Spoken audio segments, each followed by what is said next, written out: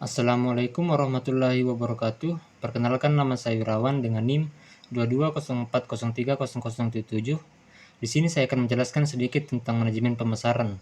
Jadi menurut Harry, manajemen pemasaran diartikan sebagai suatu seni dan ilmu dalam memilih pasar sasaran dan mendapatkan, menjaga, serta mengkomunikasikan nilai pelanggan yang unggul. Adapun tugas manajemen pemasaran adalah memasarkan produk perusahaan agar mencapai tingkat keuntungan jangka panjang perusahaan untuk menjamin kelangsungan hidup dan pengembangan atau pertumbuhan, menciptakan permintaan akan produk perusahaan, dan memenuhi permintaan tersebut. Nah, manajemen pemasaran sendiri terbagi dari dua kata, yaitu manajemen dan pemasaran. Manajemen itu artinya proses pengorganisasian, pengaturan, pengelolaan sumber daya manusia sampai dengan pengendalian agar bisa mencapai tujuan dan suatu kegiatan. Manajemen sangat diperlukan untuk kebutuhan pribadi maupun bisnis. Manajemen bisa membuat bisnis menjadi lebih berkembang karena dijalankan secara struktural dan prosedural. Sedangkan pemasaran kata pokoknya ialah pasar. Pasar adalah tempat bertemunya pembeli dan penjual untuk melakukan transaksi jual beli barang dan jasa. Jadi manajemen pemasaran adalah proses analisis, perencanaan, implementasi, serta pengendalian atas program-program yang didesain untuk menciptakan, membangun, dan menjaga pertukaran yang menguntungkan dengan pembeli. Untuk mencapai tujuan-tujuan organisasional atau tujuan-tujuan perusahaan.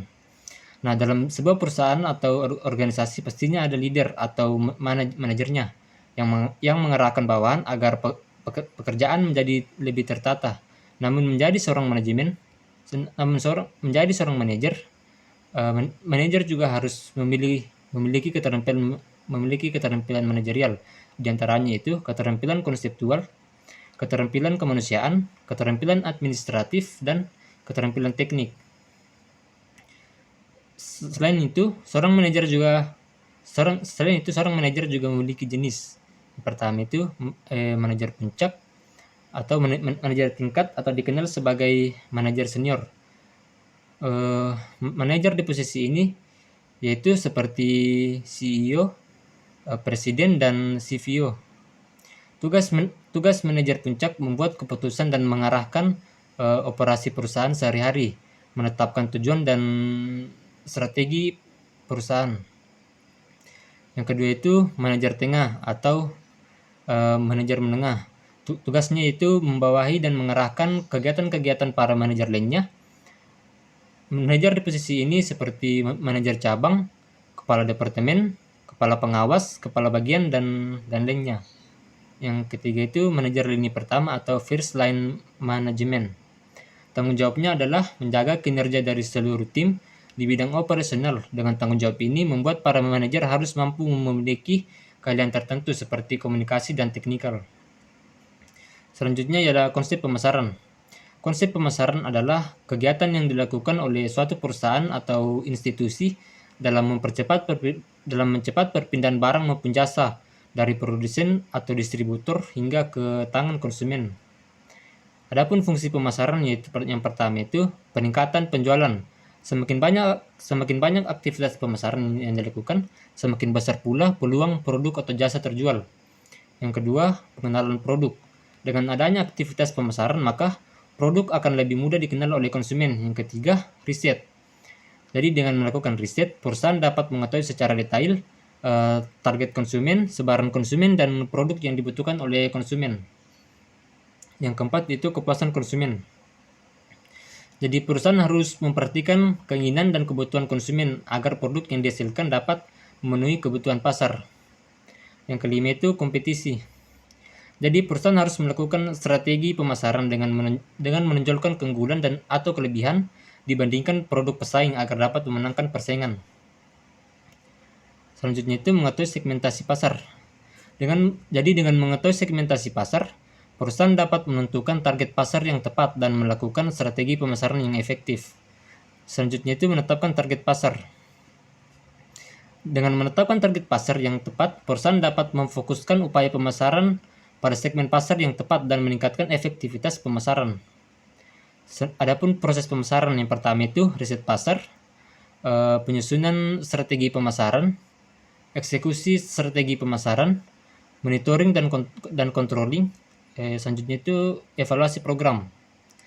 Selanjutnya ada pun prinsip-prinsip pemasaran. Yang pertama itu 4P yang terdiri dari produk, price, place, dan promotion. Namun karena perkembangan zaman terkini, ada 3 komponen P yang ditambahkan, yaitu people, process, dan physical evidence. Yang kedua itu menciptakan nilai. Jadi produk atau jasa yang dihasilkan harus memiliki nilai yang diinginkan oleh konsumen. Selanjutnya fokus pada konsumen. Jadi perusahaan harus memperhatikan kebutuhan dan keinginan konsumen agar produk yang dihasilkan dapat memenuhi kebutuhan pasar. Yang selanjutnya segmentasi pasar. Jadi perusahaan harus mengetahui segmentasi pasar yang tepat dan melakukan strategi pemasaran yang efektif. Yang kelima, branding. Jadi perusahaan harus membangun merek yang kuat dan dikenal oleh konsumen. Yang selanjutnya, inovasi. Perusahaan harus terus melakukan inovasi untuk menghasilkan produk atau jasa yang lebih baik dan sesuai dengan kebutuhan pasar. Selanjutnya, integrasi pemasaran. Jadi seluruh komponen pemasaran harus diintegrasikan dan diselaraskan dalam sebuah strategi besar pemasaran. Selanjutnya, pemasaran dan perencanaan strategi. Perencanaan strategi merupakan aktivitas manajemen bisnis yang bertujuan untuk memastikan perusahaan serta seluruh stakeholder yang terlibat di dalamnya bekerja sama untuk mencapai tujuan bisnis yang sama. Adapun manfaatnya, yang pertama itu mengkomunikasikan rencana strategis, meningkatkan produktivitas, mengidentifikasi kekuatan dan kelemahan, menetapkan arah bisnis, dan yang terakhir mengkomunikasikan rencana strategis. Selanjutnya adapun elemen perencanaan strategis. Yang pertama, visi dan misi, nilai inti, analisis SWOT, tujuan jangka panjang, dan rencana aksi. Selanjutnya adapun proses perencanaan strategis.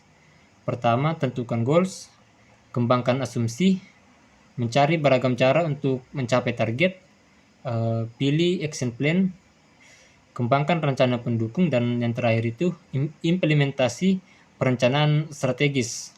Mungkin hanya itu yang dapat saya sampaikan, kurang dan lebihnya mohon dimaafkan. Wassalamualaikum warahmatullahi wabarakatuh.